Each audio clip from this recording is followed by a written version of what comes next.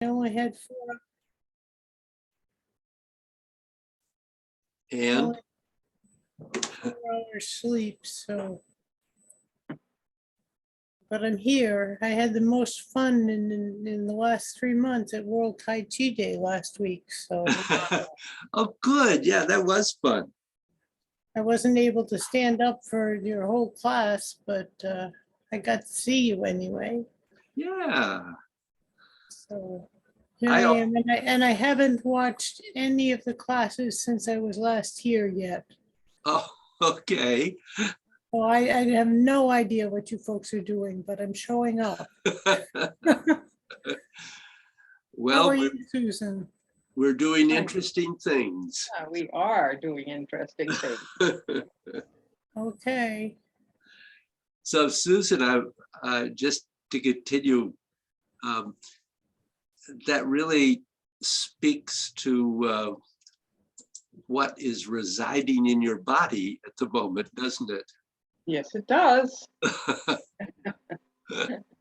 It was no surprise. Well, probably not, actually. Yeah, But- Um, it's a really interesting yeah, connection. we were doing an exercise, Rosemary, in the last session on releasing tension, and Oh. in which we actually focused on squeezing a fist as tight as you can for about 5 minutes, and then without trying to open it, without making it open and moving your muscles, just seeing what happens as it gradually relaxes, and how long does it take, and what are the feelings you have as you're doing it, what is this response to all of that. And there's more to it than that. You know, when you look at the session, I talk you through it, and I think gives you a little bit more. Okay. How much of this can I do sitting down? Of that, you could do the whole thing sitting down. Oh, good. I'll get the chair. And today you can be sitting down for most of it. Morning, Andrew. Morning, morning. Andrew. I hear you're doing projects. That's, yep, lots of gardening and digging. I have a large hole now. Oh, is that your garden? That is the dirt supply for the garden. Aha, Maybe I'll grow mushrooms in the hole. there you go. You have a nice new fence. Yeah, yep. Yep, a giant pile of wood chips. At some Aha, point, I think 7 tons of rock are going to show up. 7 tons? Yes. Where yes. What are you doing? Like a path like around the house. Ah, So hopefully their math was right. I checked it. I used their calculator many times, and okay. if you say so. If you say right. So Okay, well, we are delightfully all here. Yeah, And as Rosemary mentioned, since we haven't been together since, we had actually a wonderful return to World Tai Chi Day. Not as big a crowd as we have had in the past, but we estimated about 150 people. So nice. not a bad restart. Hmm. And it was wonderful to reconnect with some people that I haven't really seen or talked to for close to certainly 2 years. So Sounds nice. yeah. And I taught a brilliant workshop, right, Rosemary? Very good. stand up for was wonderful. I wish I remembered the whole thing. Well, I was impressed that I managed to teach all of the movement of that and talk about a lot of elements within the allotted time. So What were you teaching? the marriage of heaven and earth, Nagong. Oh, wow. Yeah. You did that in an hour? Yeah. I've watched Adam and talk about all the parts, and I'm like, yeah, okay, dude. Well, it was, of course, a superficial teaching, but I did get through all the movement. Nice. Very good. Yeah, well, so I was glad to do that. I enjoyed that. So let us begin.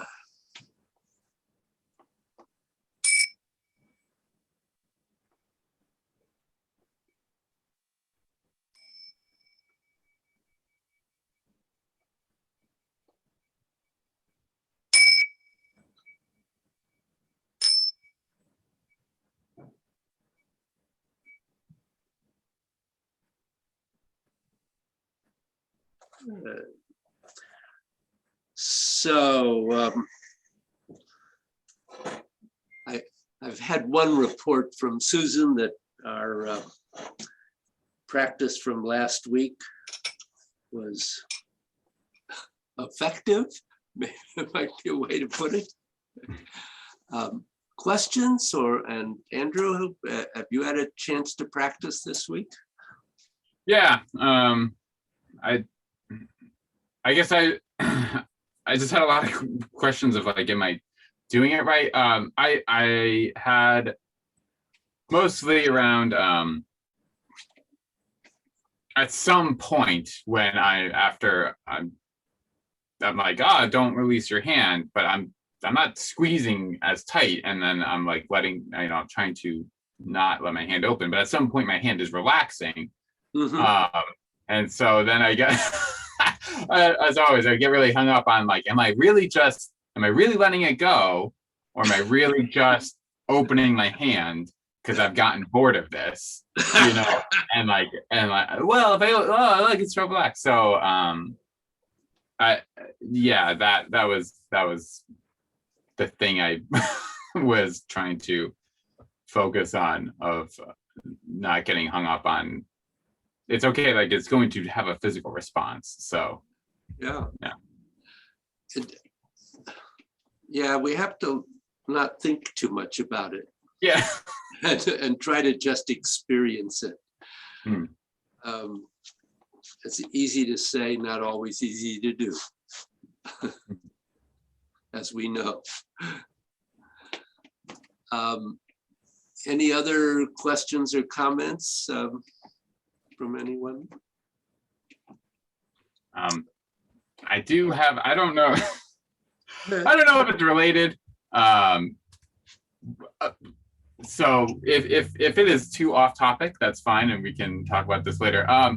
It occurred to me, where does I always considered my consciousness as part of my nervous system, but if it occurred to me that if I can feel, when you release something and then it goes to like an etheric body, and you can kind of feel that limit out there. I don't have nerves outside of my body. So then it occurred to me that if I'm aware of it, where is my awareness held? Because it's not in the nervous system. And so I reached a point of, because I kind of felt like, oh, well, I'm like a little fish, like swimming around, like my nerves. I'm like, that makes sense. And I came to that thought, and I was like, that doesn't work anymore. So yeah, do you have any insight on that?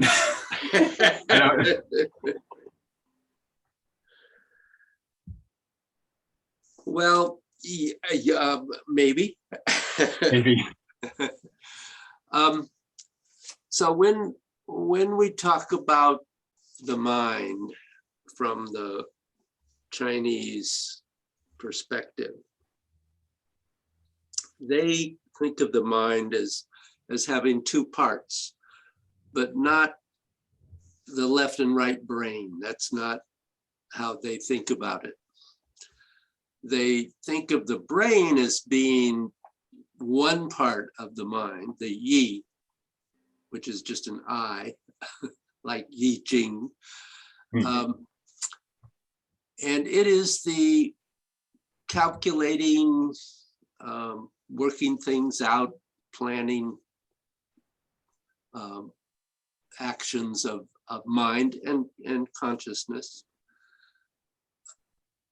The Sheen is the heart mind. And the Chinese have always felt that part of the function of mind resided in the heart, which is the seat of emotions. And the Sheen also, as it develops to its deeper levels, is related to, probably I could put it as being more related to the unconscious mind, to the functions of the mind which are happening not at the thinking level, but at the pre-thinking level, which is where a lot of emotions come from. I don't know that I want to get too deeply into this, but Yeah, that's fine. when you begin to work, as I am right now in the advanced meditation class, we're working on the feeling and recognizing the energy of the conscious mind. And then we recognize how that affects the body. And then we work on how to dissolve, which is something we're going to work on today, dissolving. But you dissolve the blockages that you discover in that process. And then as you continue on, you go into recognizing and being aware of the energy of the unconscious mind. So this goes into deeper and deeper levels as you get further and further into these practices. So Okay. your conscious mind, yeah, it's more related to the yi, to the brain, to thinking and calculating and all of those things. But clearly we have awareness that is much deeper and much beyond what just the conscious mind can be aware of.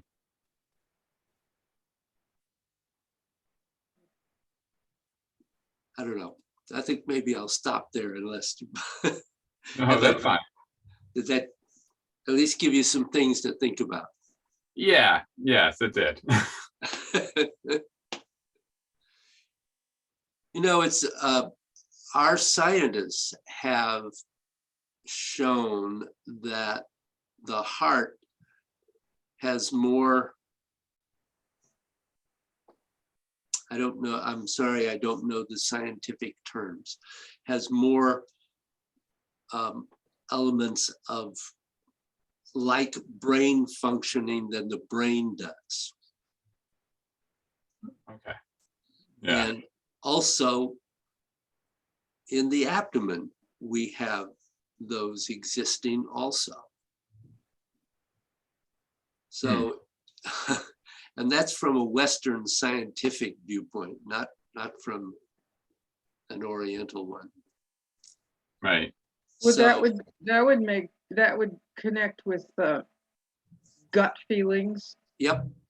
Yeah. Absolutely. Yeah, I've heard that we have brain cells in our stomach. Yeah. So we're very inclined to get very brain in the skull focused, but we have mind functions elsewhere in the body.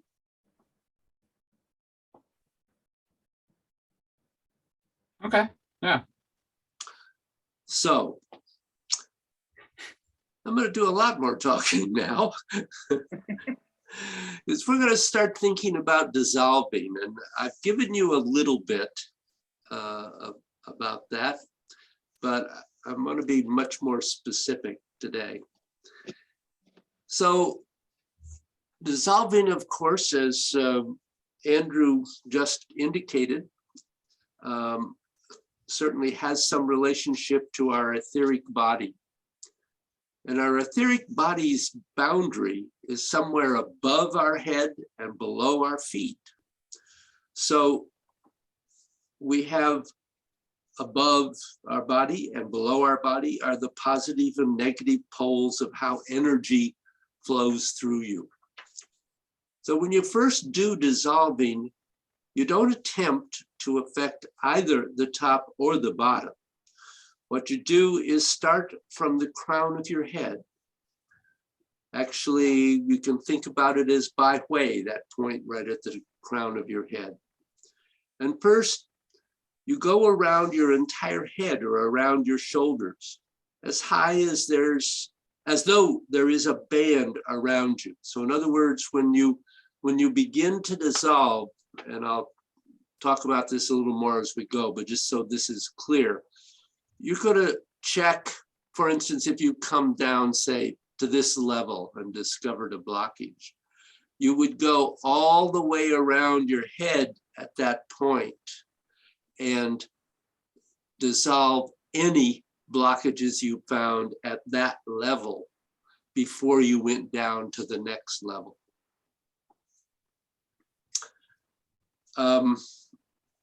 If you go around it like that, it means that you have gotten everything in the front, sides, and the back of your body. So you start from the crown of your head and you release whatever you find, wherever you find a blockage. Now, what is a blockage?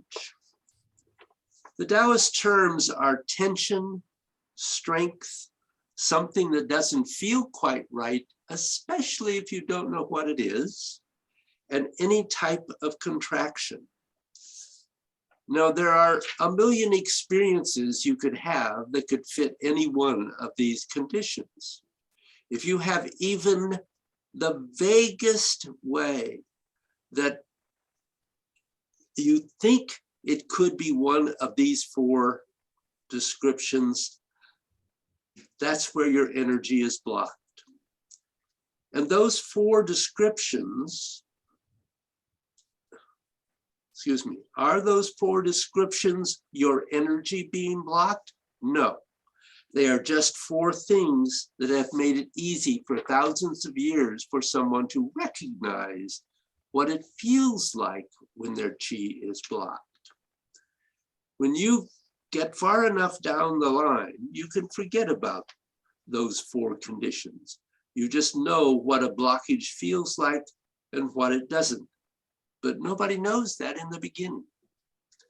If you look at these four conditions, strength, tension, something that doesn't feel quite right, especially if you don't know what it is, and any contraction at any level, physical, mental, emotional, or psychic, anything you can think of, anything you can imagine, even if for some reason you just get the vague intuition it might be a blockage, guess what? It is. So starting at the crown of your head, you release what you can. And now you have two possibilities. You get the full release, you can feel it just completely release, or you don't get a release, less than everything. It's either all or it's not, yes or no. And if it's no, with your mind, you take whatever energy that didn't release and you do one of two things with it. When you're practicing however long, you will reach a moment of diminishing returns where you will feel that if you continue to do this for the next 3 minutes, 3 hours, or even 300 years, that's all that's going to release. That's it. No more is going to happen, whether I put effort into it or not.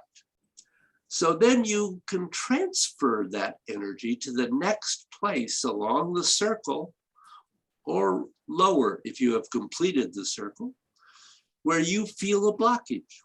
And then again, you try to release. Let's say that on the back of your neck, you got a release. You still would go around the circle, dissolving until you got back to the original point, at which point it might release. But if it does not, after you've gone around the whole way at that level, then you use your mind and drop the energy to the next place you feel a blockage. And then you do the whole thing all over again. And this is what you do if you do not get a release. You transfer to the next place and the next place. And if you get a release, that's great. But then you still go around all the way because you could have points that are blocked from a different direction. If, however, you get back to your point of origination, and it turns out that when you get back, it does release 100%, then what do? You go down your body, and if you don't feel anything blocked, great. If it's not broken, no need to fix it. Keep going until you reach the next place where you feel a blockage, wherever it is. And you do this same thing all over again and again until you have made a complete circle around yourself. And if you release it, brilliant. So we've covered what you do if you don't get a full release. You simply take it around and go down. Continue the two things, do it again and again, etc., etc. But what if you get a full release and everything on that level all the way around your head releases? You now have a choice about what you want to do. How much time do you have? You could, it could take you a minute, 5 minutes, or 10 minutes, or whatever it is to release one point. And that point is then going to have, you're going to just have the feeling that when the energy gets away from the body, of everything releasing. If you wanted to, you then can go back to where the point was blocked and you could do it again. And if you want to go deeper in, which I don't really recommend, because for most people, that second release could take 15 or 20 minutes or half an hour just to get that second release. You might be able to do it if you're sitting down, but doing this standing up is usually too much. So then you simply do the whole process all over. Go down until you find the next blocked point and dissolve. If everything releases on a whole point in your body, great. If you started at the crown of your head and you get a release at your temple, you still would want to go all the way around your whole head because you could have 2 or 3 points that are blocked on that one level. Now there's another point that's absolutely critical. There is what you might want to call energetically wanting to scratch an itch. So let's say you're going all the way down your body and you get down to the middle of your stomach. And all of a sudden, this point back up at your head starts going crazy. Metaphorically, it's like an itch you want to scratch. So everyone asks the question, well, can I just go back to it? I don't recommend it. But if you do go back, then you have to dissolve everything else that you did from where you started to go to that point. So starting over. And it doesn't usually actually make much of a difference. Everything inside you is interconnected. During a practice session, what you're trying to release in your head might not actually let go until you reach your belly, because of the way that everything is connected and fused together. You can't say exactly what's releasing what. So regarding breathing, basically at this point, just don't hold your breath. The first point is that in order for breathing to be proper, the diaphragm has to move. The way it's done in Taoism is that there is breathing with the belly and into the internal organs. There is breathing with the sides into your liver and your spleen. And then there's breathing into your back and into your kidneys. And there is breathing into your spinal vertebra. You don't use the front of the chest to breathe, you keep that still. And you breathe with the lungs expanding backwards. And then that, with belly breathing, causes compression and releases on the heart. And in the end of the process, you have to breathe into the top of your lungs, and not only 3/4 of the way up, which is about 99% of what all humans on the planet do. And this upper lung breathing is rather important because that is what actually activates the brain. So let me just pause for a moment. Anybody want to ask a question at this point? I have to communicate a lot of information at the moment, and so if a question comes up. I know that at the center of my forehead, it is always tense. Uh-huh. I try to soften it, I try to gentle it, I try to relax it, I try to whatever it, and it just always, there's a knot right there. It just never seems to go away yet. Yeah, good. I'm glad you said yet, because I think that this is a practice that can help you do that. I wouldn't get beyond here before I'd be stuck. Yeah. And just to be realistic about it, if that's a really severe blockage, which is what it sounds like, it can take multiple practice sessions before it really begins to release. And that's just part of this process. I'll talk more about that.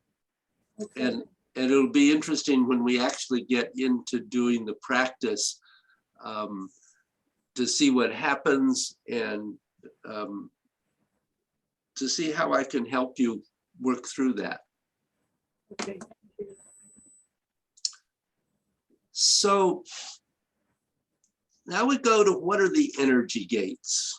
And we've talked about that a little bit at the very beginning of this practice, but now in reference to dissolving. So everyone's heard of acupuncture, and it has 700 points, energy points. And while there is something in terms of personal practice that is more important than acupuncture and its 700 points, the fact of the matter is that when you practice, it would be almost impossible to keep track of all the 700 points of acupuncture. So understand something. Something that someone does to you is not the same as something you do to yourself to cause the same effect on a daily basis, so it builds. Realize everybody's getting old and decrepit after about 25, since you're not regenerating cells anymore. So having what can allow you to constantly regenerate and make your body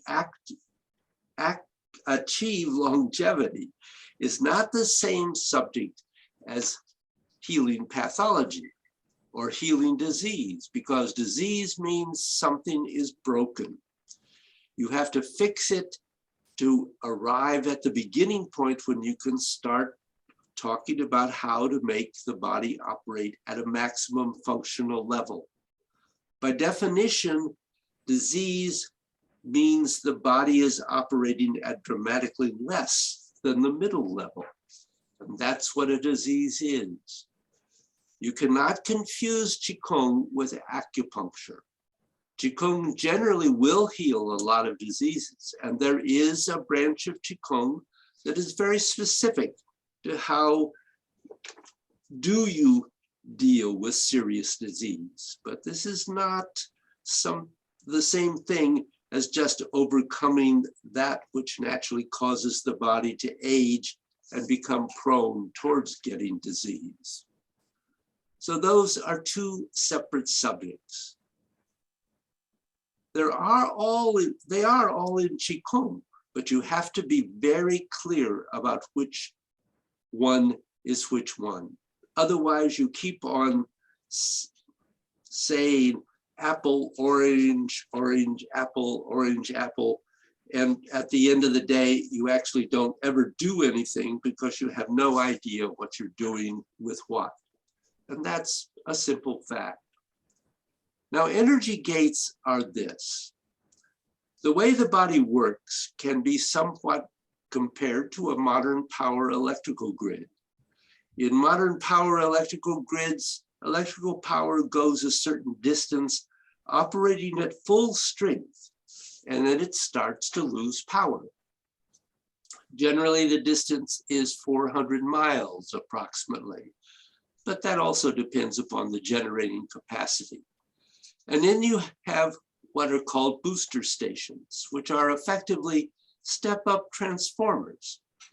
It starts at 1,000 and does fine, and then all of a sudden it starts dropping to 900, 800, 700, and then there is a booster that brings it back up to 1,000 and it goes on. And that's how most modern power stations work.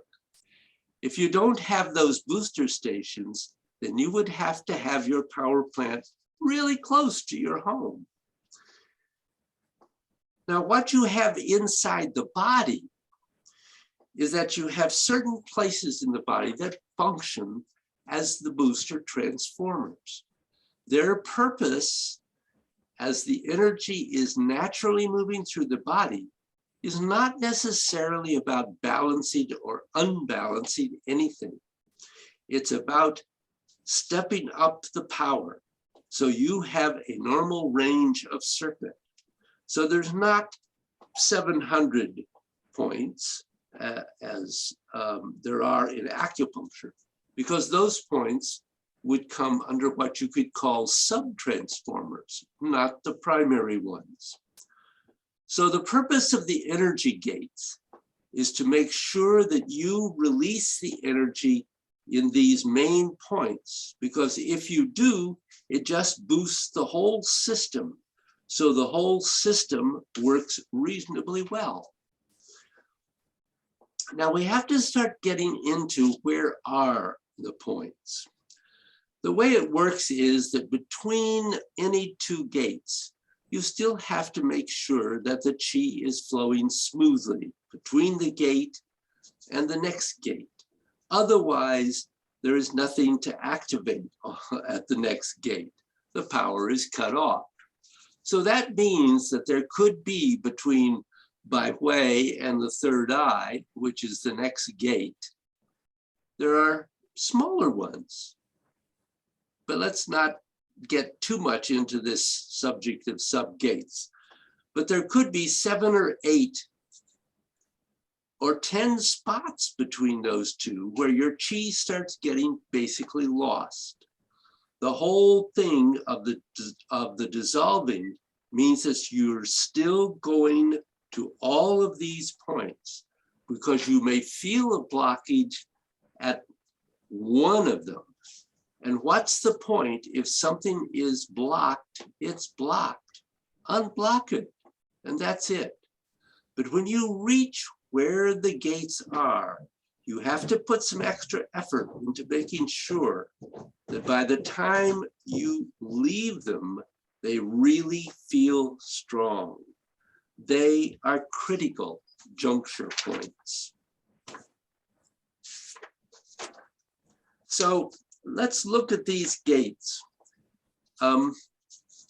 They are in Bruce's book, Opening the Energy Gates of the Body, and I will send you a very detailed chart and list of the energy gates, basic energy gates in the body. So you don't have to try to remember necessarily what I'm going to convey to you, and I'm not going to go through all of them verbally anyway. I'm only going to mention some things that are important about them. I can't go into every detail in every gate because that could take a couple of weeks. So the energy gates are really important and really complex. There is no way to do that in a shorter time. It's one thing to say some general things about computer code, for instance, but it's another thing to rip it open and rip the code open. There's just a lot of stuff in there, and the fact is you don't need to know a lot of it at a practical level. What you do need to know is which switches to flip on. You don't need to know exactly how they flip on. So remember, ice to water, water to gas. Recognize a blockage, that's number one. Number two, release it.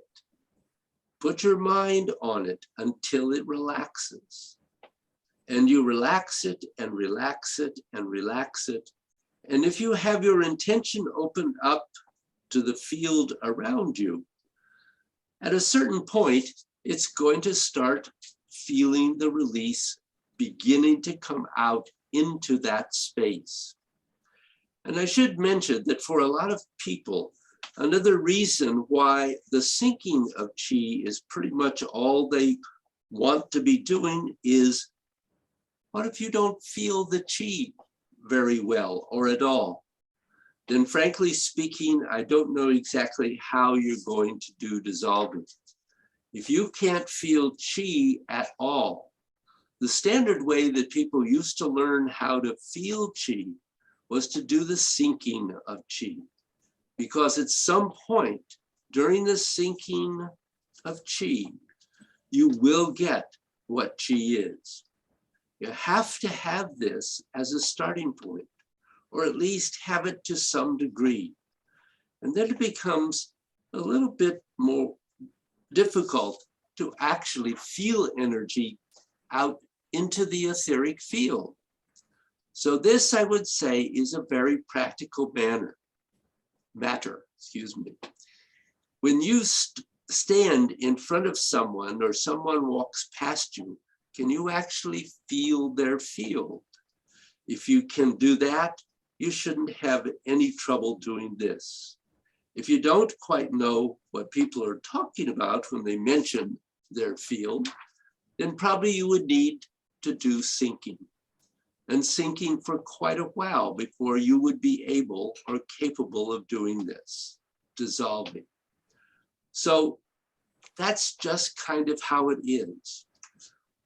I would be the last person to say that this particular method, which is fairly high class, one is a fairly high class one, is something that anybody can do.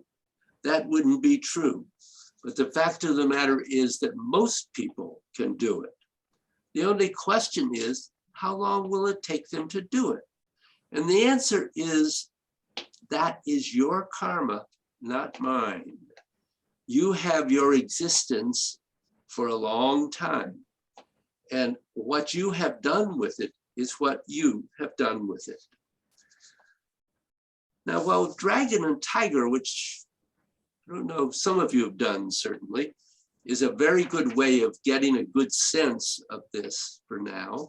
we're going to be very direct, just using your mind to feel that etheric field. Remember, if it gets to a point where you're releasing and you're going out into your etheric field, your mind will go to a certain place where it will just naturally stop. And it's that place where it naturally stops where you need to get the full release. And don't worry about it if you get it perfectly. Where your mind naturally stops, that's as much as you can do. And that's when you get the release. And then you do that and when you do that release, you can feel something in your whole body just kind of let go.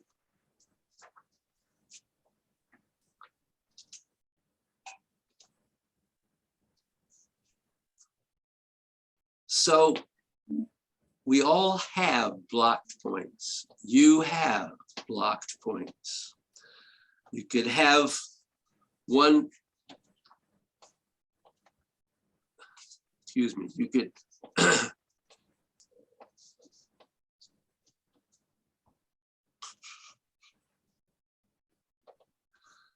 you could have on one's circumference at one level 10 blocked points. If you only had one, it would be no problem, but you could have 10. So you have a blocked point at your temple, and you go ice to water. Now you want to dissolve and release until you get into your etheric field, which means you have to release what's in this airspace out here. When you get to the end, then you release it. And then you come back into your body again, but it's, say there's another point that's blocked at the same level. So you started at the temple and you went around the head a little bit and there's another blocked point. So then you do the same thing again. And then there's another one as you go around, and then you feel another one, and you have to do it over and over. Now, at a much later stage of this, and you've arrived at where you're very good at it, there is a way of doing it so that you take everything at one level and you release all of it at once. But you have to be really good to do that. Bruce said it took him many years to get to that point. So here are the gates that we're going to look at right now. These are just the big ones. The first one is Bai Hui at the very top of the head, at the crown of the head. The next one is right between your eyebrows, the third eye. And then there is your eyes themselves.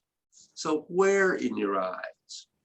You're going to have to go ice to water with your eyeballs.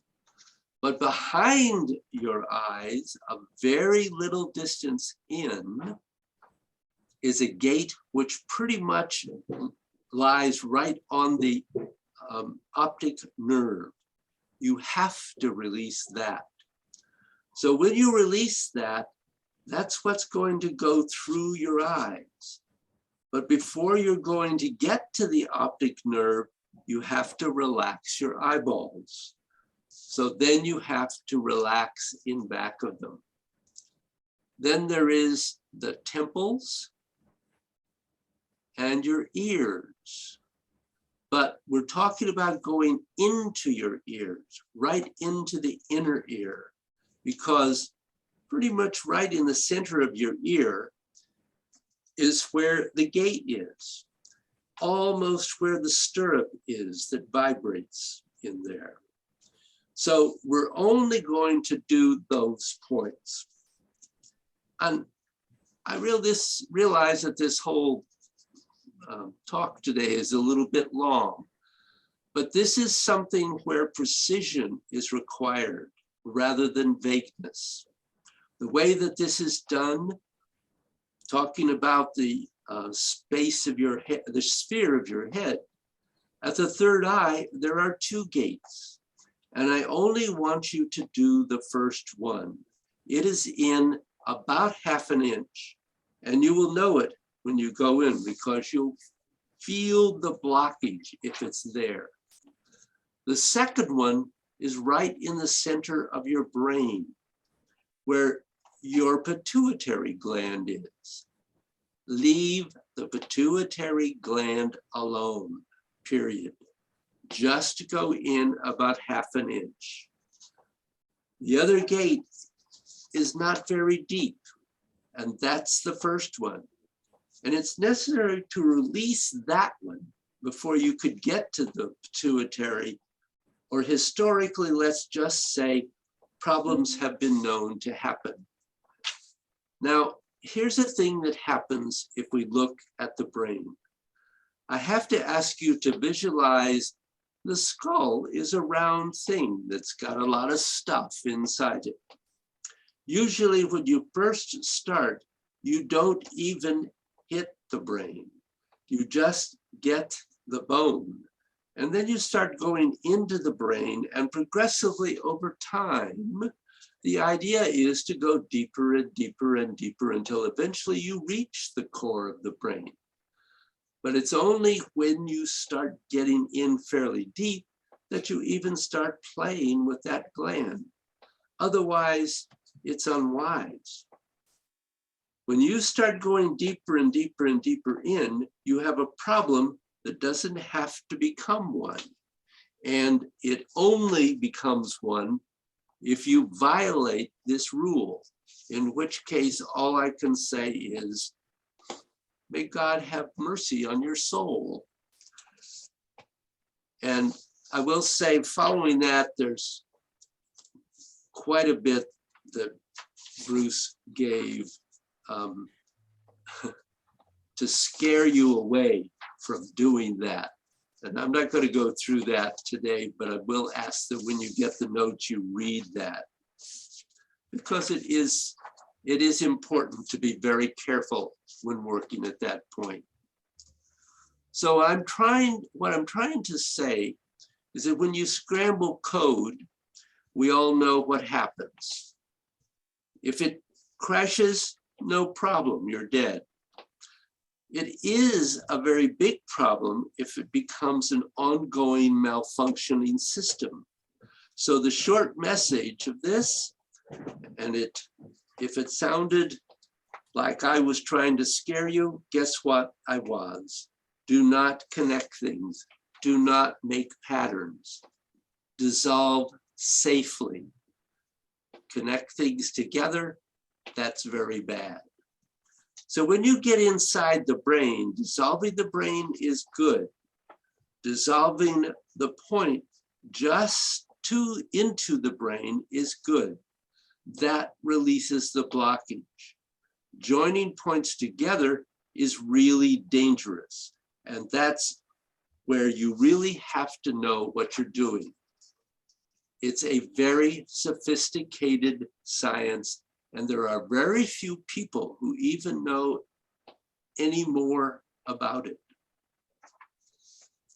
So when we get to this point, you're only trying to dissolve in about 1/2 inch and no further, because we have to have specific training to go beyond that point, obviously. So before we begin to try to do this, any questions? Okay. So I'm going to ask you ideally to stand up, but you could do this seated, Rosemary, if that's better for you at the moment.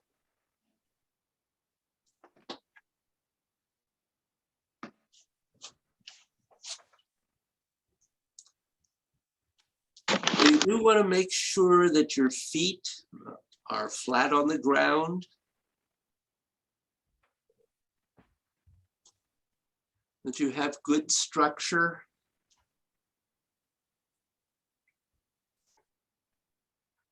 You want to feel the crown of your head, your perineum, and your feet linked together.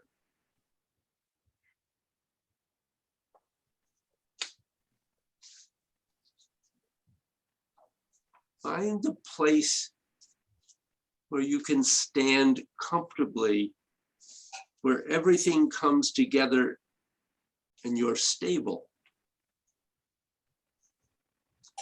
Without a point of stability, it's very difficult for the body or the mind or the emotions to integrate its experience.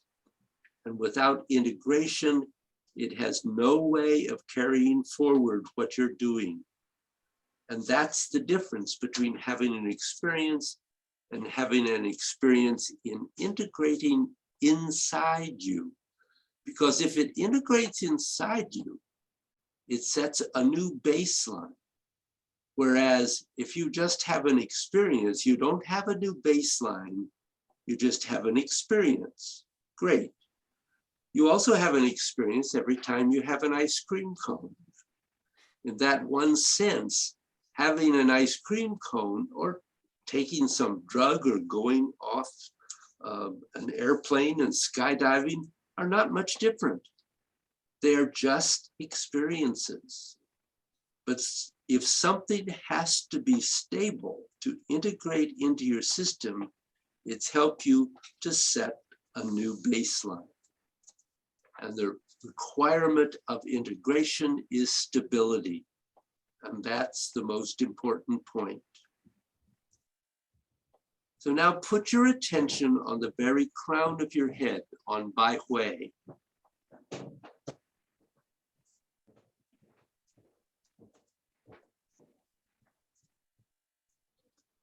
And at that place, notice if you recognize in whatever way is possible for you, if you have any tension, strength, something that doesn't feel quite right, especially if you don't know what it is, or any type of contraction.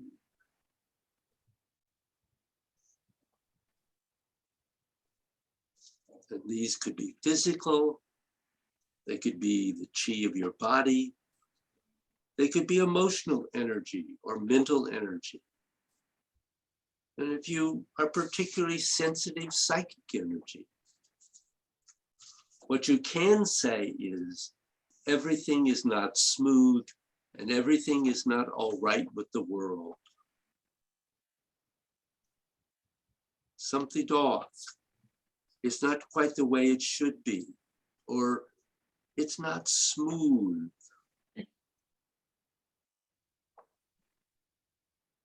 So just let your mind slowly settle on that spot.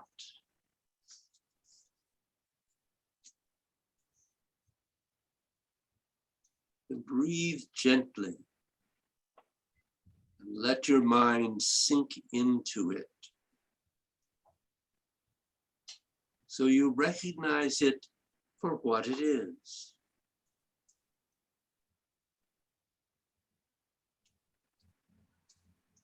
And now you want to be willing for this energy to release and let go, but no demand. You don't demand that that happen. You don't say, do it now. You put your attention on it, and you're simply willing for it to happen.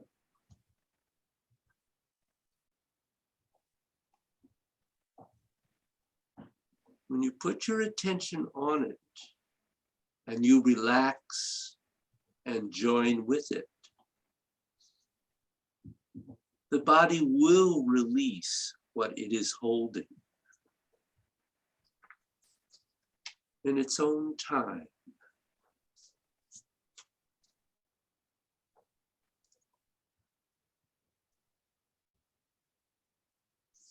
You would not want to make it happen before your body is willing, because then that experience would not integrate with the rest of you. So even if you got a release, you would be right back to where you were within a few hours.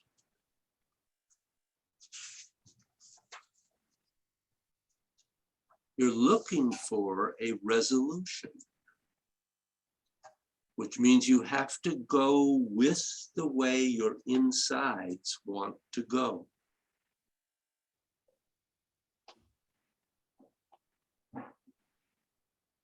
Ice to water. Let the hardness, the tension, the not right feeling, the strain, let it soften and soften and soften.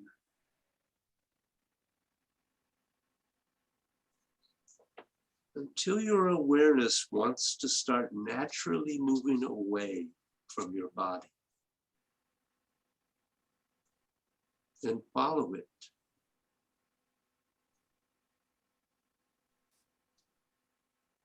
And at every point that it goes away from your body, as you're going water to gas, just let go of whatever you encounter. Because just as the inside of your body could have the four conditions, in a sense of being blocked, so on the outside of your body, just relax into it. Let things go into the air over time and in their own way.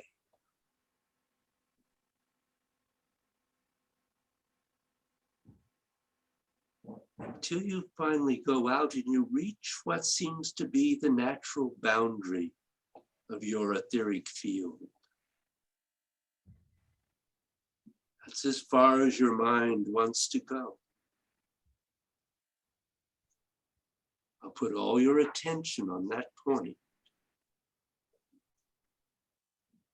which will have the quality of tension or strength, or something that's not quite right, especially if you don't know what it is, or any type of contraction.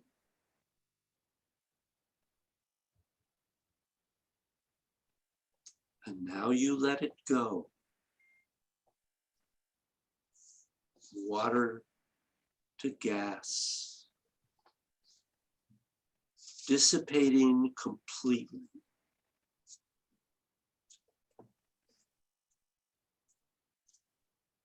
You can easily recognize ice. You put your hand on it and it's hard to forget about the cold. But think about hard and soft. And then it goes to water. You still have your hand on it, you can feel it. But it's not solid anymore, it's watery, it's loose. But when it goes to gas, it loses everything solid about it. It's not the picture of gas. It is the lack of solidity. It's the change of state. The molecules have spread. All solidity is gone. It requires solidity to hold energy bound. And there's going to be a point, a certain moment in time. You're going to feel that either I got the release or it doesn't matter if I do it now for the next 1,000 years. That's all I can do. And if that's the case, just let the energy that's left in that point at the crown of your head. Go down and fuse. Join together with the next place you feel blocked. And today we're going to the third eye between your eyebrows.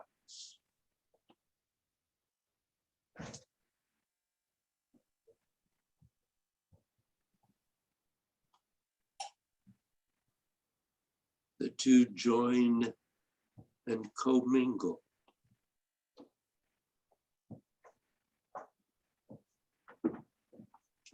And feeling that, I have to go.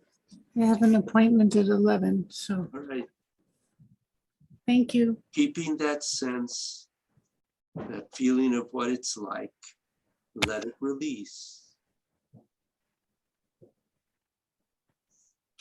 Ice to water, water to gas.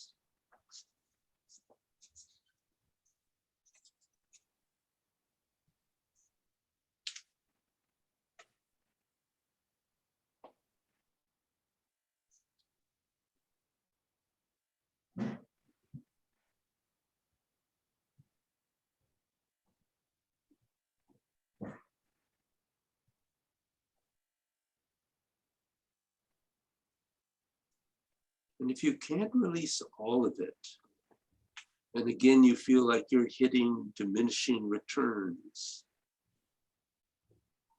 just take whatever energy is there and move it to the next place. To a temple, perhaps, where you feel a blockage.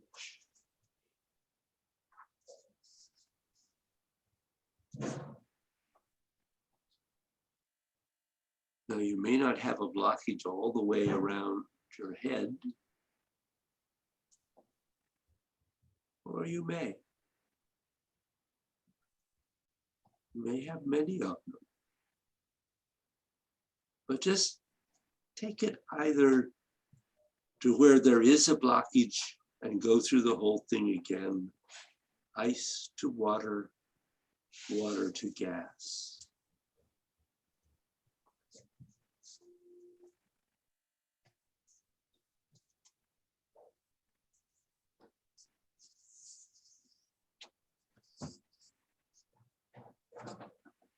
Or if there is no blockage, go right back to the original place that you tried to release, but could not complete. And try and release it again.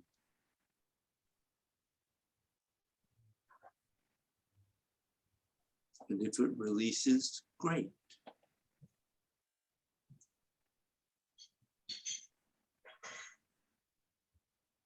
And then you go to the next lower place in your body and start all over again.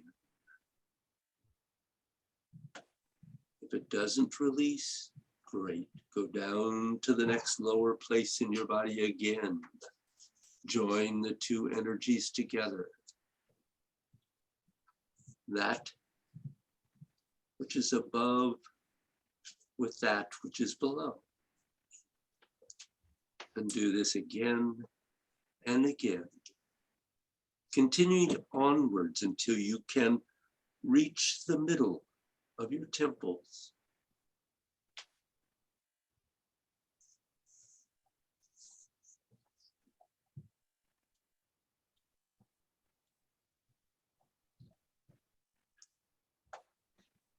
Almost on the same level as your eyes.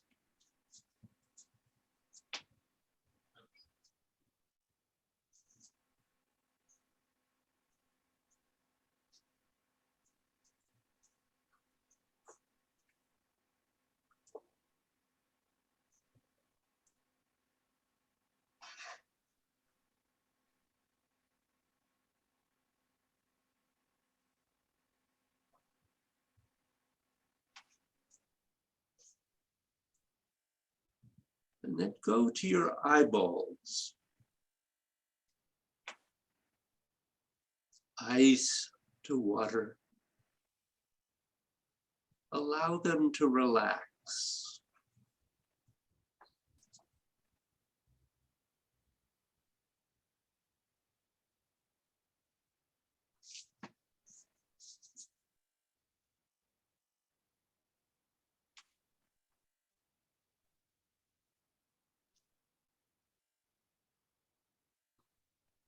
And when you get them to soften,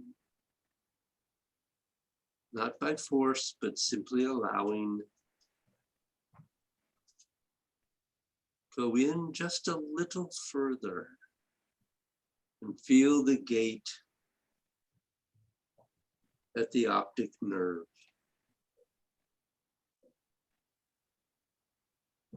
Ice to water.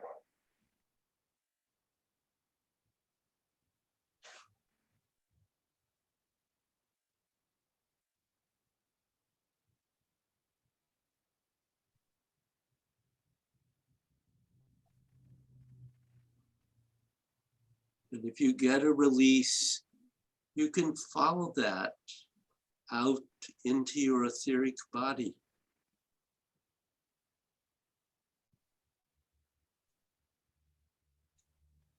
Water to gas.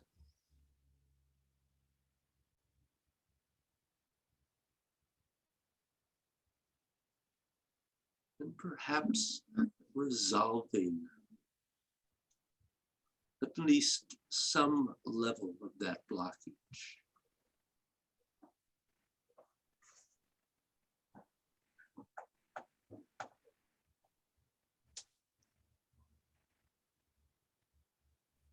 And then go to the center of your inner ear. If you haven't gotten a complete release, joining that energy from the eyes to the ears.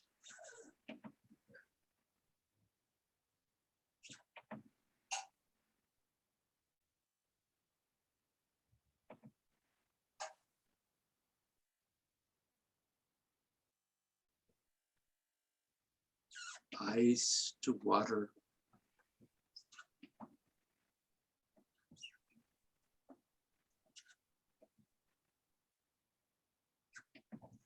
Water to gas.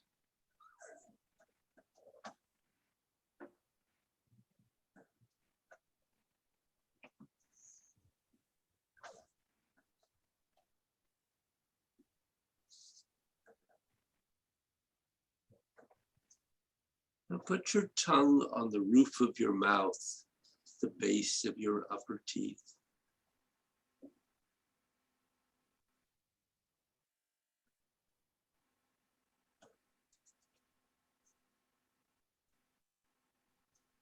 And focus on that point.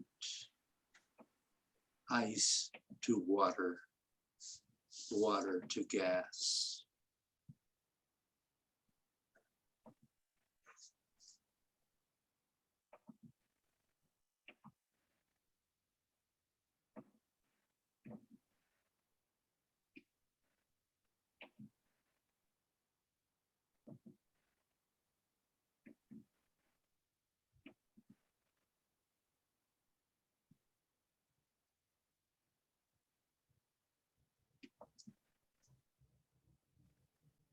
And then go to the back of the head where your spine first comes out of your skull at the first cervical vertebra.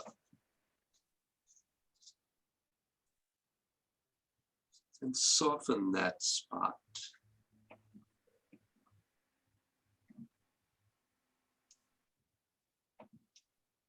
Ice to water.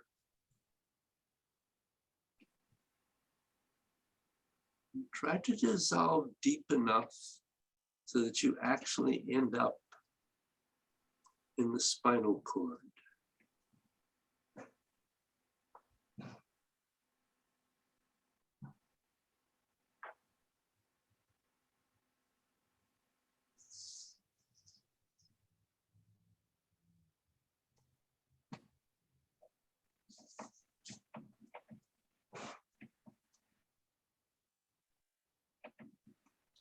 You may have on any given day that you're practicing, that this is as far as you get. And then all of a sudden it becomes, oh dear, I don't have any more time. And some days you may have plenty of time. But you must stop here for whatever reason, because some things come up in your life that you must amend to. At this point, where your tongue touches the roof of your mouth and you've done the occiput and back of your skull, begin at least just to sink your chi. And if you can do it well, great. But even if you can do it only very lightly, take the energy from there and bring it all the way through your body down to your fingertips, your belly, hips, legs, and feet into the earth.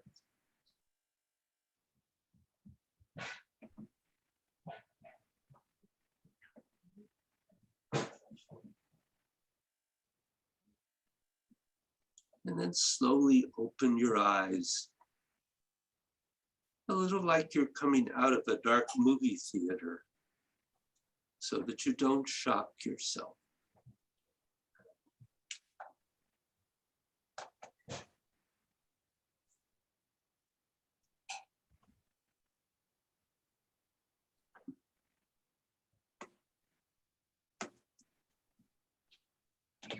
And relax.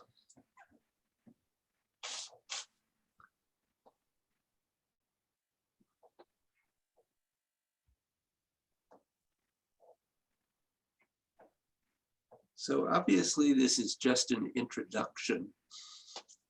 We'll work on this some more as we go along. But this is a major part of the first movement in energy gates, in the standing. Because while you're standing, you can usually be more easily clear about where you have blockages. And part of that process is just practicing and opening up to what a blockage feels like. And trying not to think too much about it. So, questions, thoughts, comments?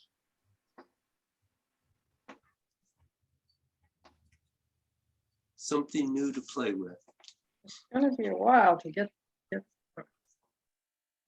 all that together. Yes, this is not, absolutely. I can still feel like this one vibrating. Mhm. The one up here is softened a bit, but boy, I didn't know I had so many We've only begun. all over the place. That's true. Is it the etheric field? Yes. I think I can feel it out about a foot. Uh-huh. Is that, I mean, what? That's I fine. may be making it up. No, you're not making it up. You're feeling it out about a foot, Okay. and that's great.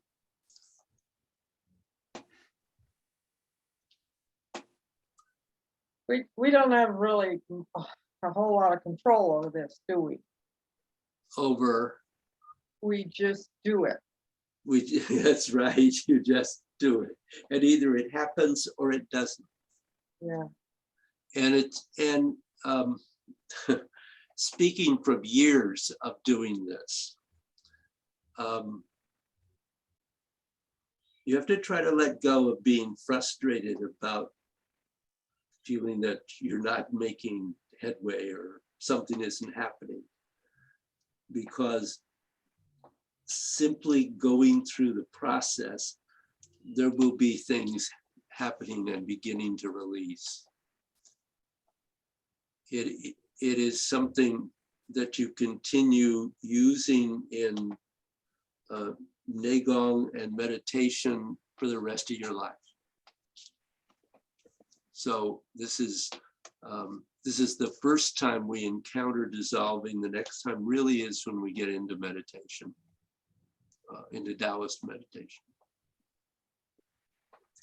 But this is an important place, particularly energetically and health-wise.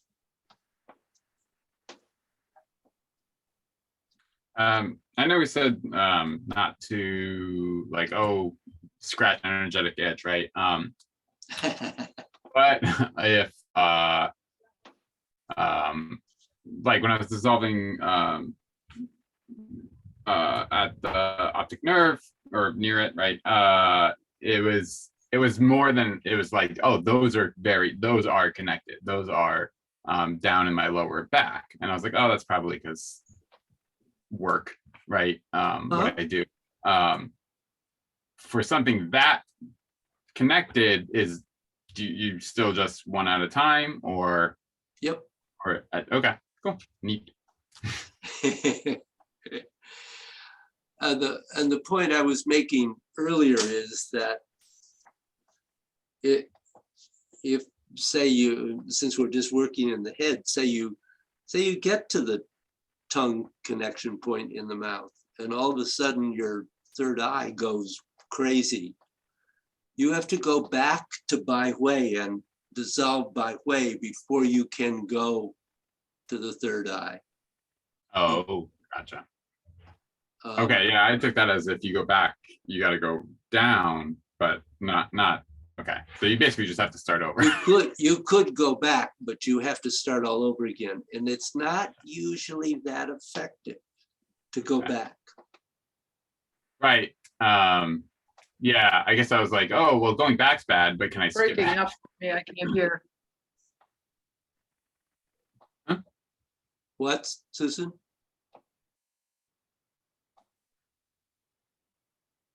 Kind of What'd looks you like her video froze, Did it? Oh, and it sounded like she said she can't hear. oh. Did you say you can't hear? Well, now it's come back, but you were breaking up. Oh, We've sent out too much. Yeah. We've broken out the whole ether. could very well be. Well, do your best with this. And if you have questions, by all means, call me, write me, whatever. We can always do FaceTime or a Zoom if you need that. I'm serious when I tell you that. And I will send you the charts. I was going to mail them to you, but I decided I will scan them and send them. Because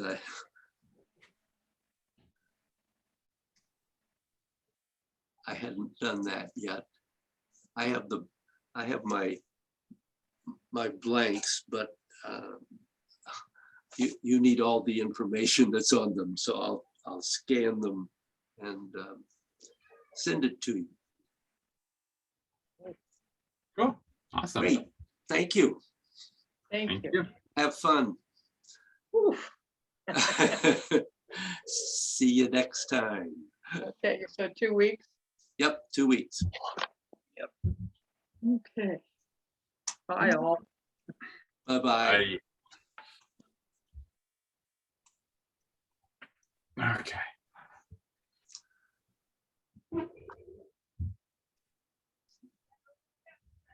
So how's your form doing? Okay, I got I'm missing something at like Repulse Monkey, like how to get from there to Needle at Sea Bottom, or if that's supposed to come first, like right there in that area. Okay. I get to there and I'm like, and there's always like a sequence of um,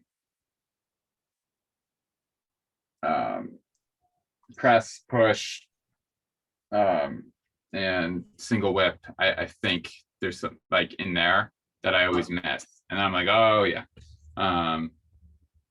So and Okay. yeah, All right. that's where I was this morning. So Do, do you want to show me what you're doing in that section? And so I yeah, have some idea. see if I can even get to that like start into that section. You could just start from the beginning because it comes Yeah. up right away. Right. Okay. That's not gonna work. Hold on. Okay.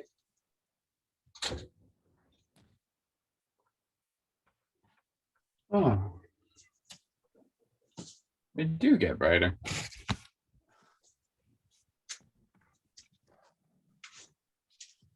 Oop. Oop.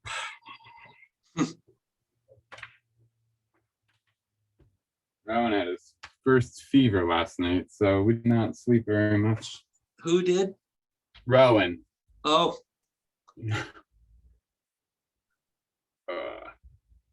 sorry about that. He's feeling better, so Good. yeah.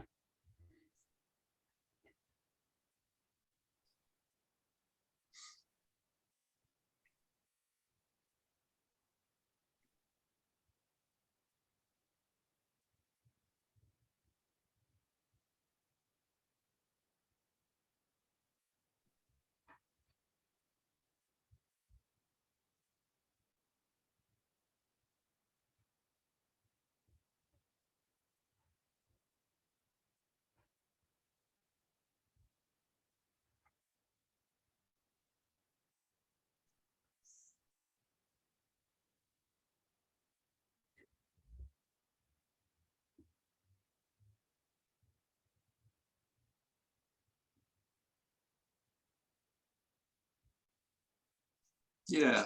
Okay. Okay. Yeah. So let's look at that first part Okay. first, and then we can Sure. go to the other.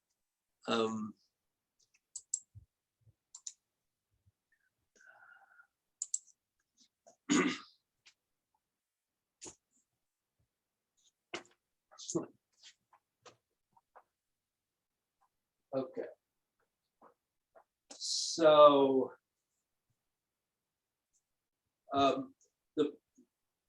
I think the first thing that I would mention,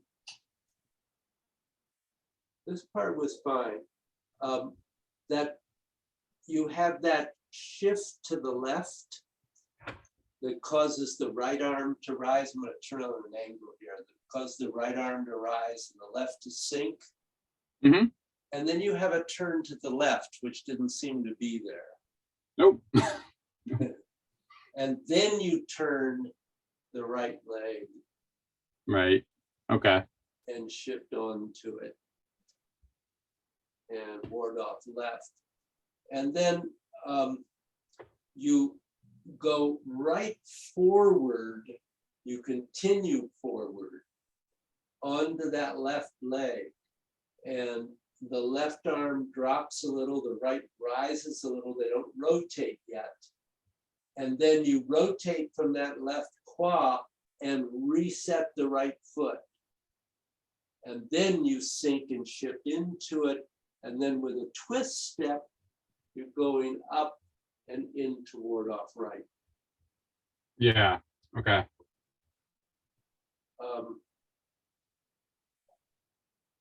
So why don't we just do that much together? Yeah. Sure. No, I got to ward off right, and I was like all the way back weighted, and I was like, this isn't correct. No. That's right. So start from the beginning and begin Tai Chi addressing the earth.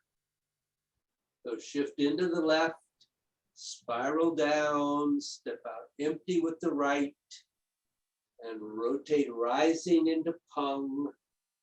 Slowly sink, twist in, thrust forward, over to Liu, rising, pushing downward. Shifting to the left, release and turn.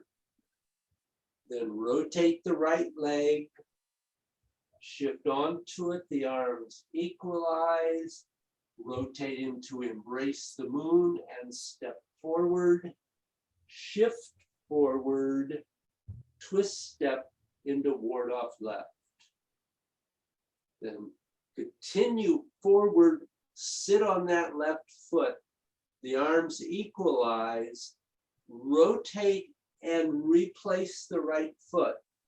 Shift to your dynamic limit, and here you're sinking a little. And then rotate, rising to ward off right.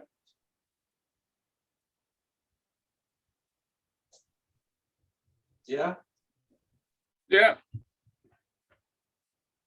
want to try it once on your own? sure.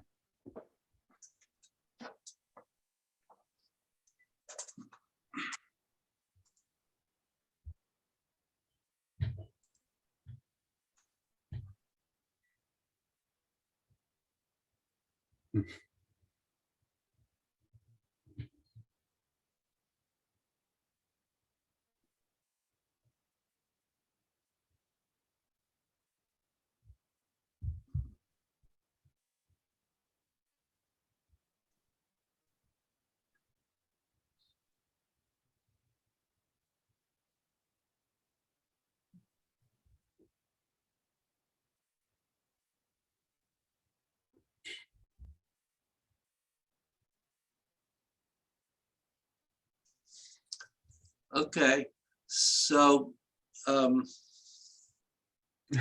don't go up and down to place that right foot. Yeah, okay, David. What? I said, yeah, okay, David. No, it's, I think I'm like, oh, I'm so aware right now. And then you're like, yeah, don't go up and down. I'm like, yep, I have been. You know, yeah. Yeah, it's you know, I have stopped Mhm.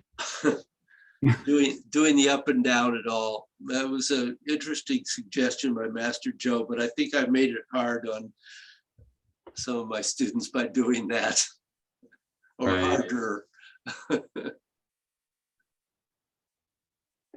Yeah, I just, need to wake up and pay attention to what I'm doing. Yeah. But if I had one thing to put on a wall, right? If I had a practice space, it would be don't go up and down. Uh-huh. That would be the top thing. That would be a But, good one. yeah.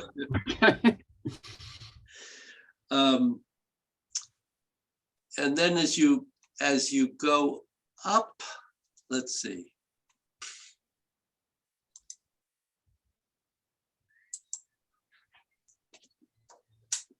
Your camera is not actually switching when you do that. I can still see, but it, just so you know, it's not actually switching the camera. It isn't? No, I'm still at wherever you are. It's fine because I can see, but I figured I would let you know. Oh, I'm glad you did. Now that's weird. Why would that be? I don't think it's me. I've got you pinned, but no, that wouldn't do anything. Why does it look like it switched for you? Yeah. It did switch. I switched. I have an out of date thing.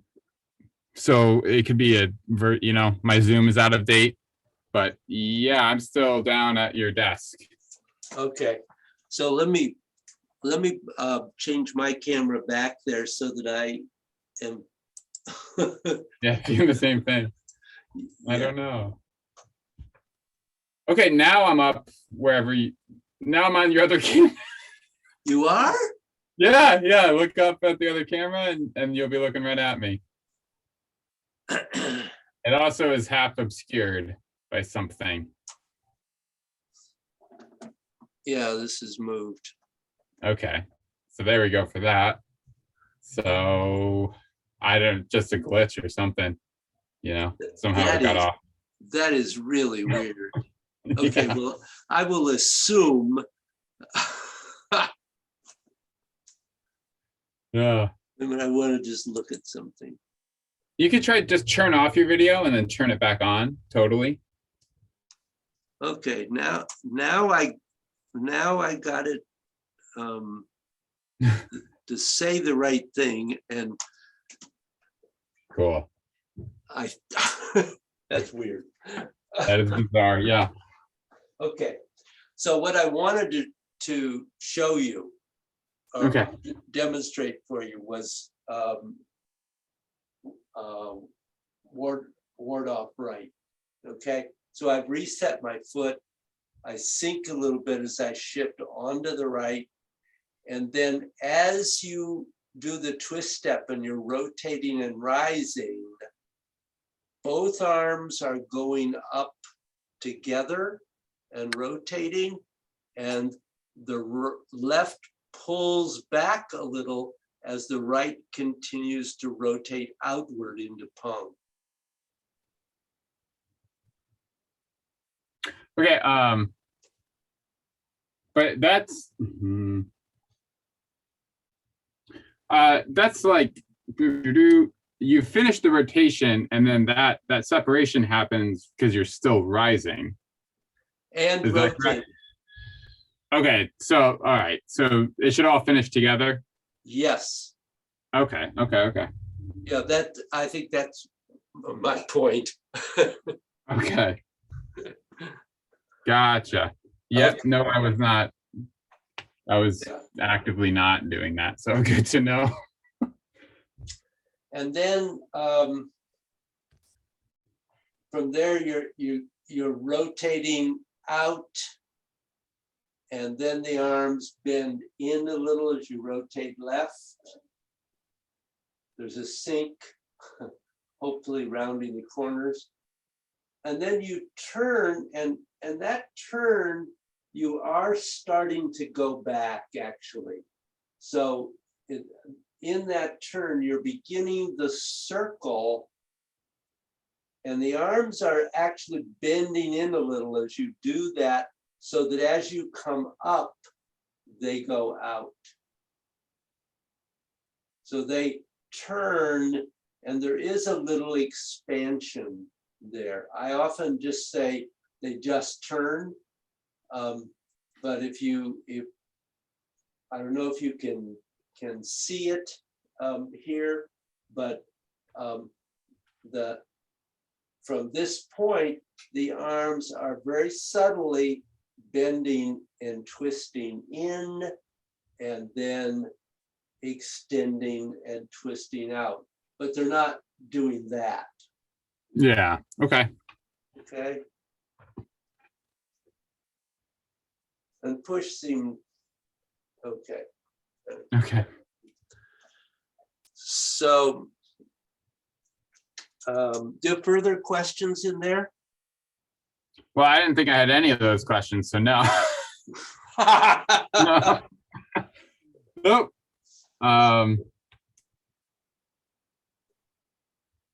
You want to go? Yeah. Want to go through that again Probably. Yeah. together? Sure.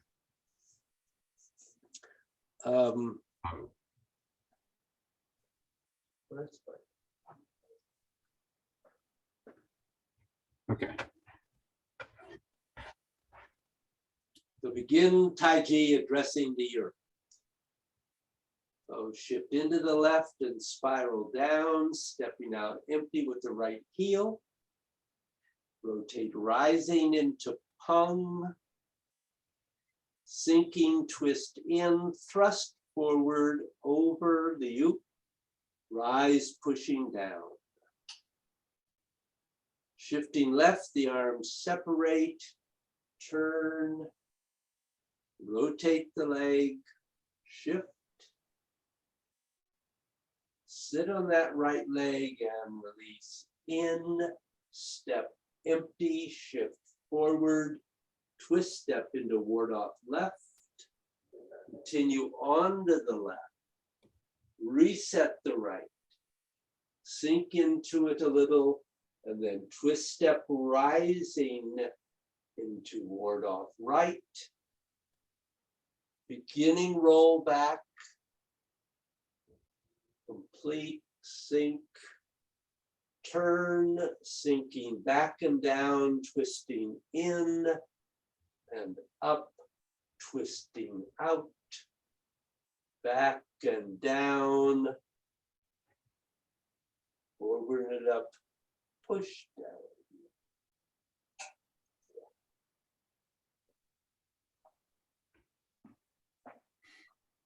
Question there? Just tell me what's going wrong here. Let me, yes, let me see you. Yeah. There you are. Yeah. So like if I've just so pretend that was good. Okay. Okay, are you moving your left hand when you do, left arm when you do that? This is left. Yes, Am I moving it? No. well, you should be. Okay. Okay, maybe that's why. So. Let's see. Should be. You, so you're in ward off right. Yeah. When you rotate, notice, That makes sense. so what's happened is the right arm is pretty much just rotating the little finger edge out. Mm. And the left arm, as you do it, it actually turns to match it. Hmm. So you actually end up in a sort of high embrace the moon. Okay. And that has expanded out from the body. So the expansion here starts from when you rotate rising into ward off right and continues as you turn right, and then you're bending in as you turn left. Oh, that would make a lot of sense. Okay. Well, I'll just try to have to do that better. Okay. And the arms come down in that, a little in that turn too. That first one. No, the second one. Oh, okay. Yeah. Makes it easier getting into, Right. Yeah. Okay. okay, good. Now, repulse monkey.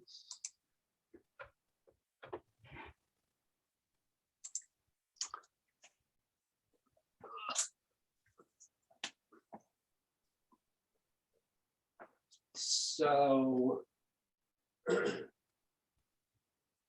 we did fist under elbow, and then we rotate back and repulse monkey. Do you have a question in repulse monkey? No. What's after that? Here, let me.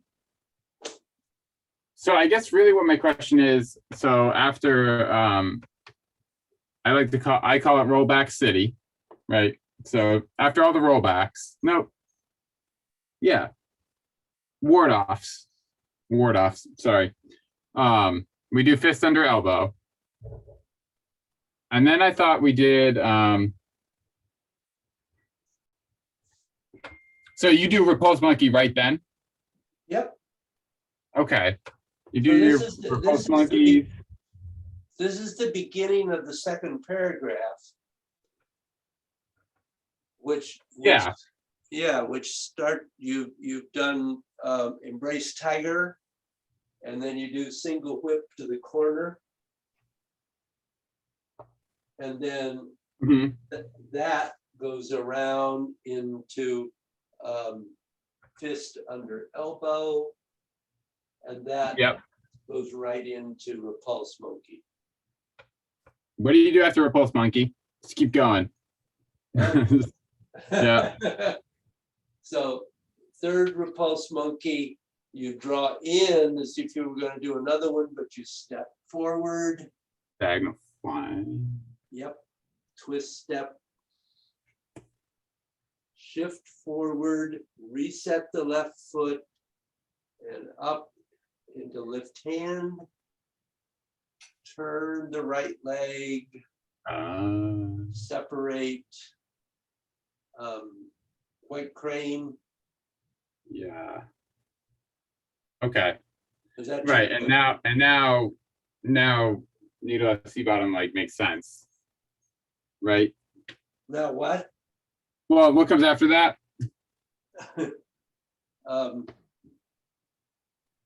What comes after that? No, no. That's the trouble. You break it down like that. I know.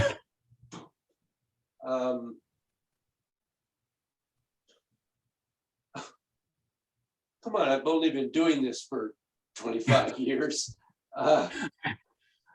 Suddenly I'm completely blank.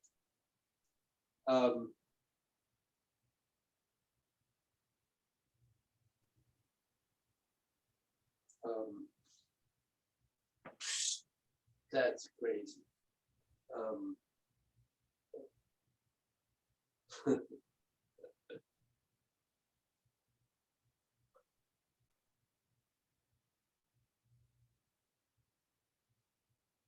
Oh, you have another brush knee.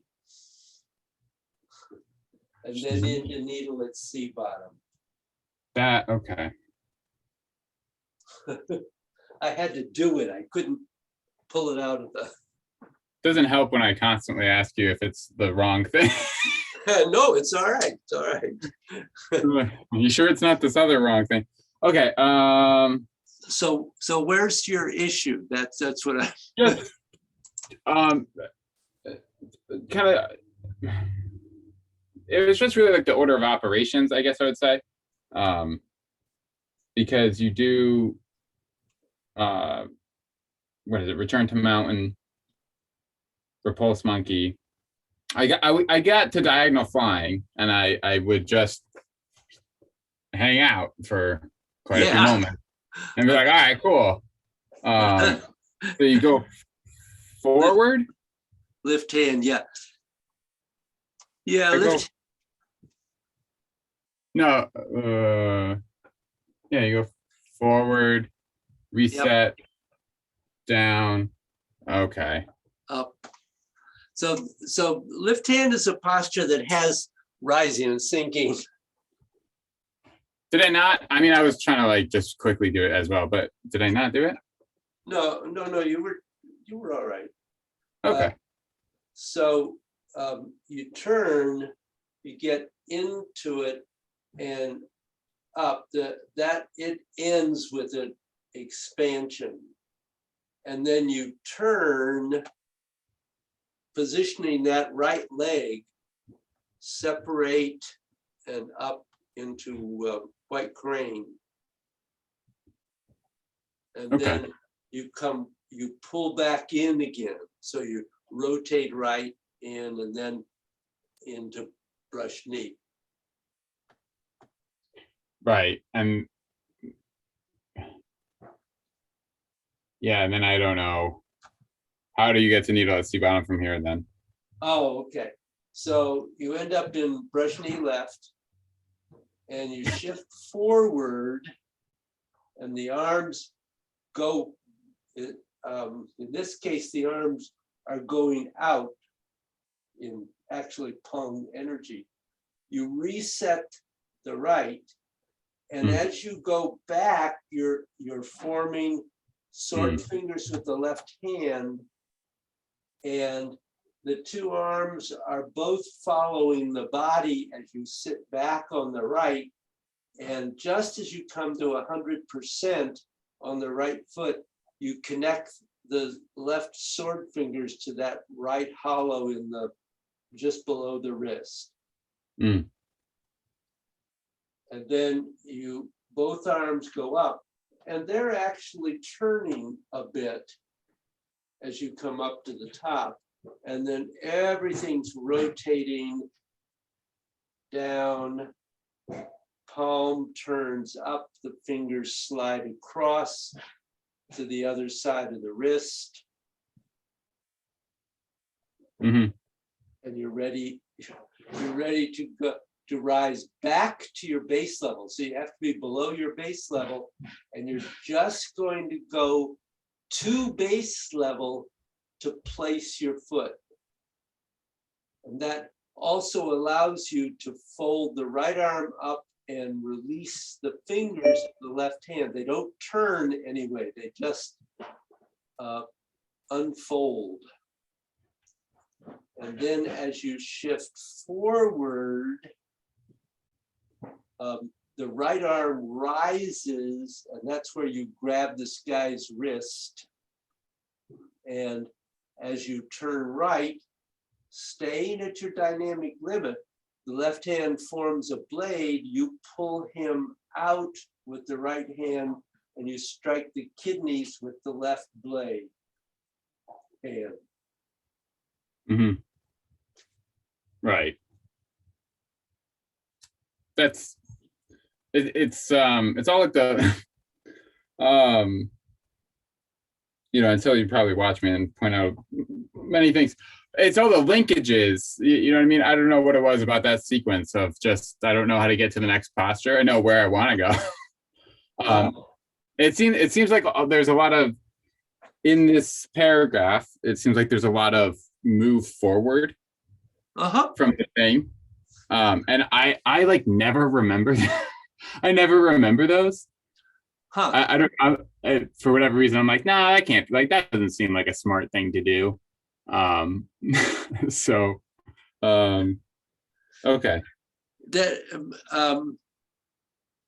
The thing is that's not, you're right, it seems unexpected, but that's its intention. Because then what you're able to do from that point is you do something very Tai Chi usually, like go back and pull them or throw them or whatever.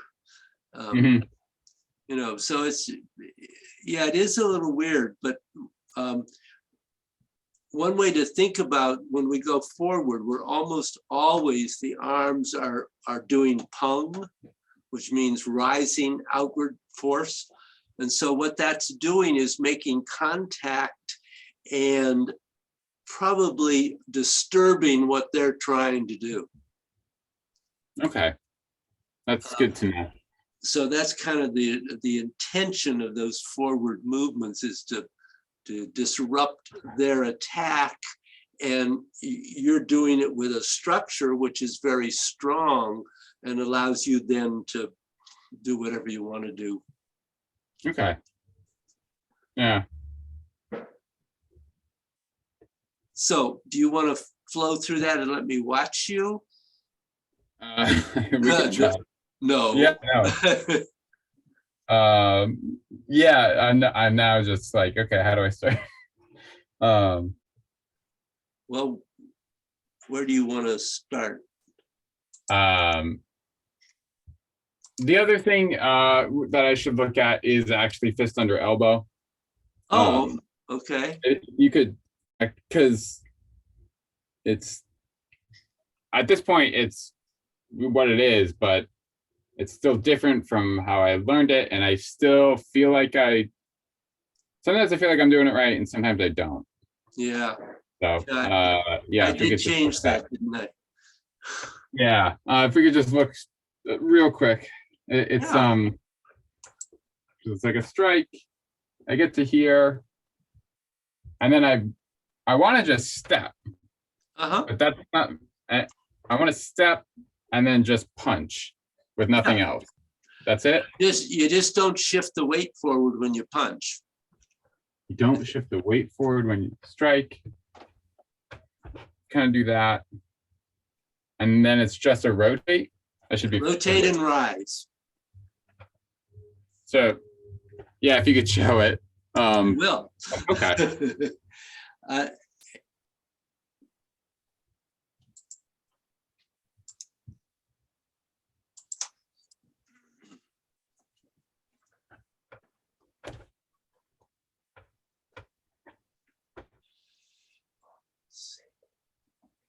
So if you're, I'm turning this a bit here, but Yeah.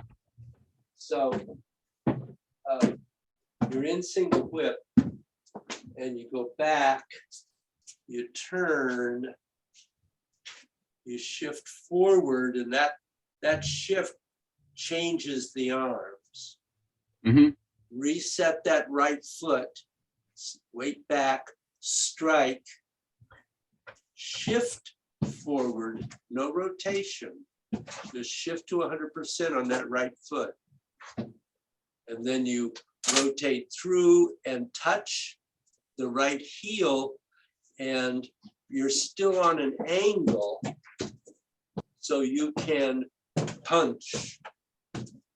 So notice that I'm actually, what I'm doing is not something I think we've talked about, a C curve in the back.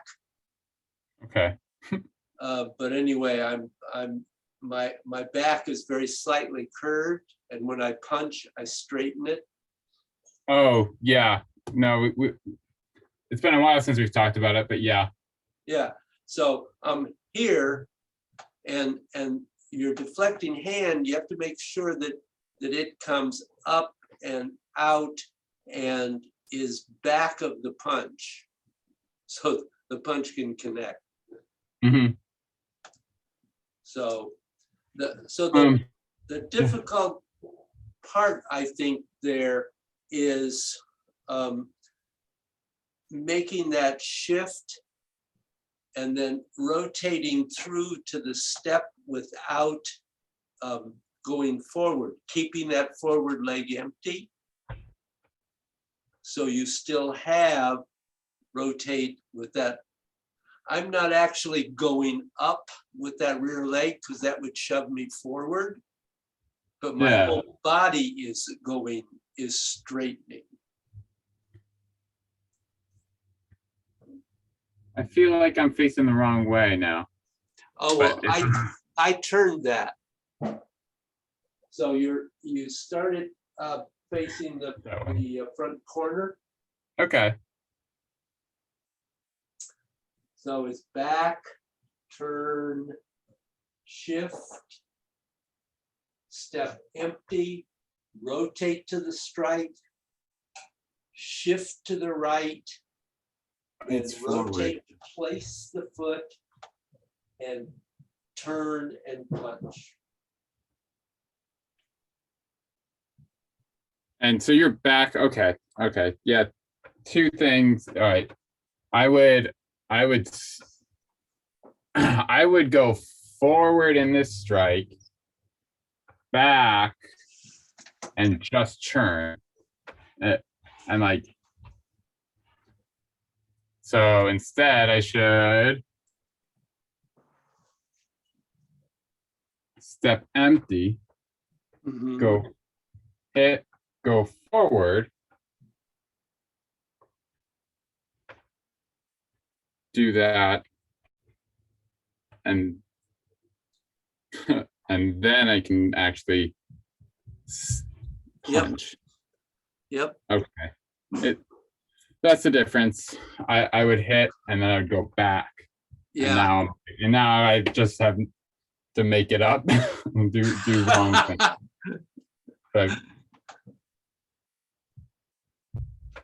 and then I can go forward to gather the fist, step, except and then, so at the end of this, I'm empty weighted. Yeah, Okay.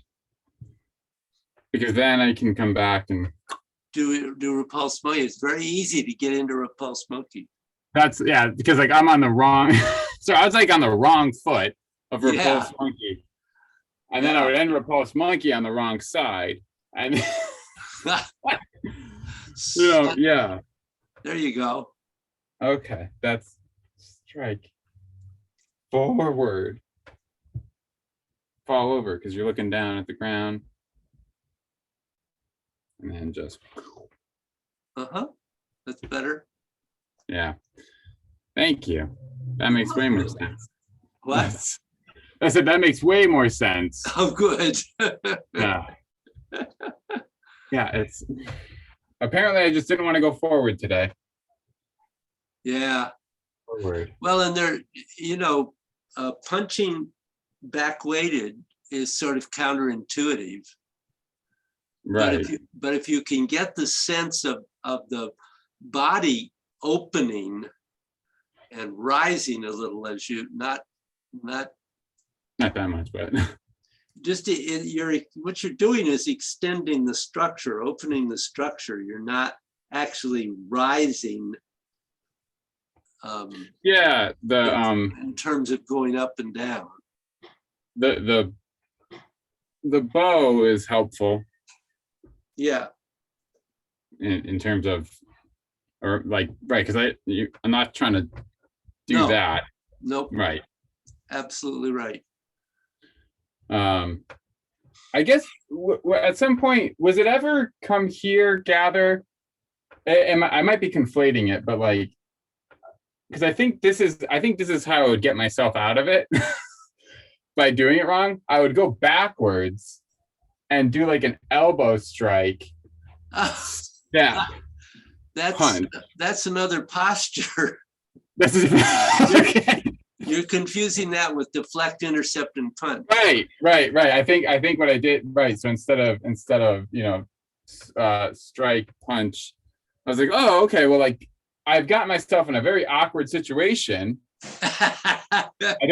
Instead of just, but hey, I could just strike them, but I'm not going to punch them. I'm going to punch them a different way. And just, forget that, please. Yeah. Okay. Okay. Try coming on into it. Okay. Aha. No low down elbow strikes. No low down elbow strike. Good, Andrew. Oh, yikes. Okay. I hope all of this straightens out someday and we can actually be in person again. I know. I know. I'm going. We never actually got our boosters, ironically. So Get I'm your going this week. boosters. Yep.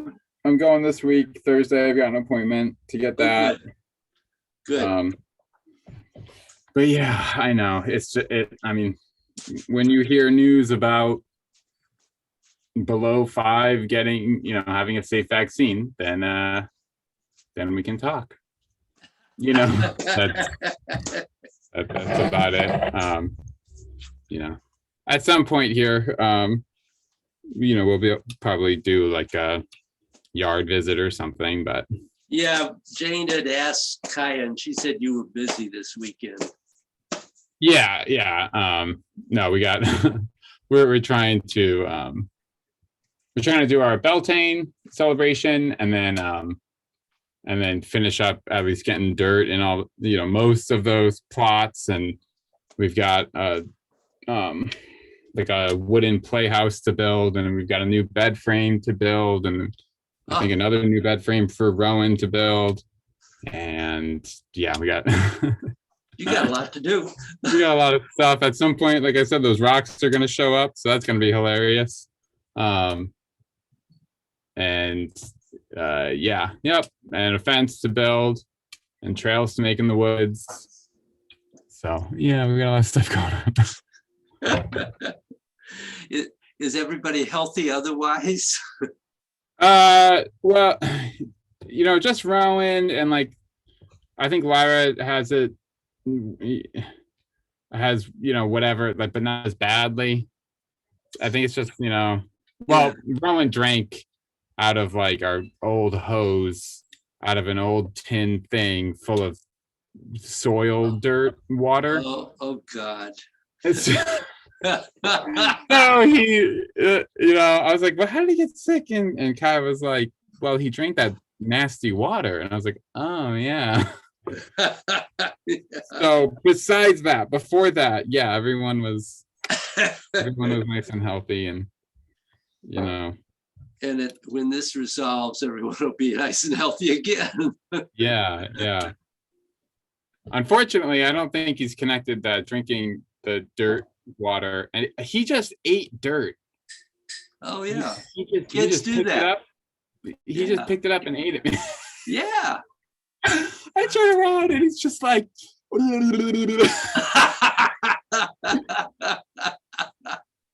oh my God. Oh well. Yeah, oh well. So, but yes, another weekend we'll go either go over there or you can come enjoy our wonderful garden. Okay. Yeah. We'd love to. Yeah, awesome. Great. Well, thank you and Thank you. have fun. I will. Have a nice weekend. I'll do my very best. Thank you. Take care, Bye. everybody. Bye.